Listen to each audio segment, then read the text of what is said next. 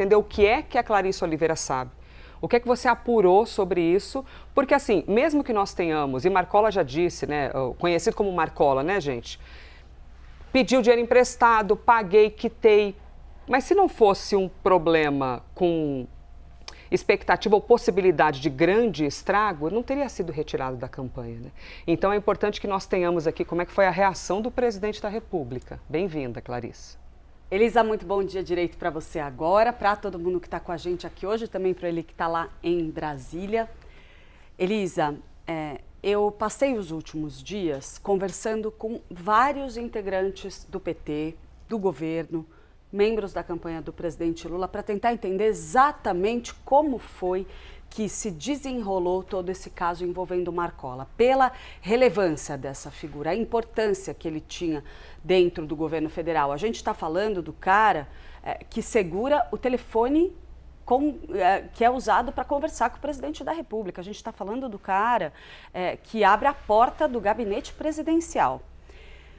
Abertamente, a gente tem ouvido de vários líderes aí, petistas, integrantes do governo, que, não, Lula não sabia de nada, Lula foi surpreendido. Teve até informação circulando que teve um sentimento de traição, isso rodou em algum momento, principalmente assim que a história veio a público, divulgada aí pelo portal Metrópolis, confirmada aqui pela CNN, pela nossa equipe, mais especificamente pelo Caio Junqueira.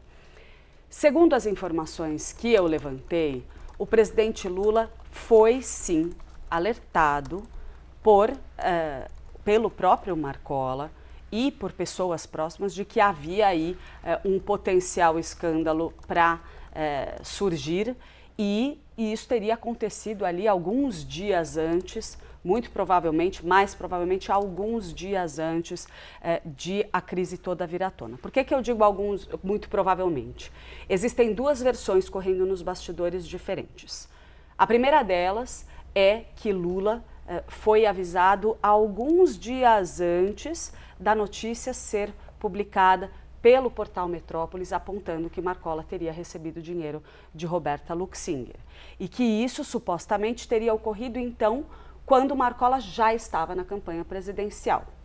Uma outra versão que chegou para mim, e eu estou falando de fontes ali muito próximas do presidente, pessoas da alta confiança ali do governo federal, do presidente da República, que estão falando sobre absoluta reserva. A outra versão é a de que Lula sabia antes de Marcola ir para a campanha, sabia sim.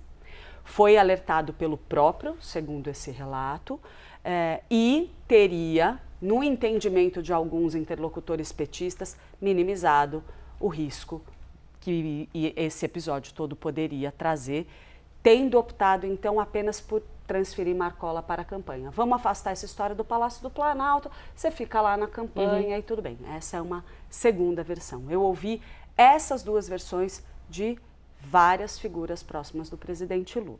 Pois é, tanto que tem, até só acrescentando aí na sua fala, Clarissa, aquele lance do próprio PL, querer abrir uma investigação, entender se a informação vazou, se não vazou, justamente porque esses movimentos que você está narrando para a gente, né, eles chamam a atenção para a hipótese de vazamento de informação da PF. Não, e vamos entender o seguinte, né, a figura de quem a gente está falando é muito importante.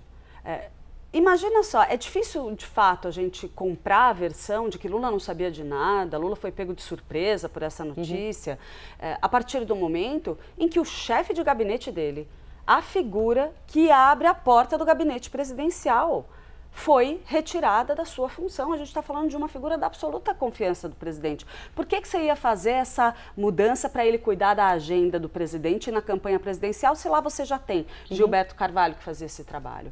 Então, o sentimento dentro do PT é de bastante incômodo, de alguma irritação e de preocupação com fatos novos poderem surgir. Então, apesar das defesas públicas a Marcola, não existe essa tranquilidade nos bastidores de não, olha, não é nada demais, é um empréstimo. A gente está falando do cara que abre o gabinete presidencial, que aceitou dinheiro de uma lobista. E aí, palavras aí de uma fonte minha, não tem almoço grátis. Todo mundo sabe disso dentro do governo federal. Tem uma matéria, inclusive, sobre o que a Clarice está falando na home do nosso site, tá? Vou pedir aqui a gentileza de tirar rapidinho ele, Jonas. Lula foi alertado e minimizou empréstimos a assessor. dizem aliados.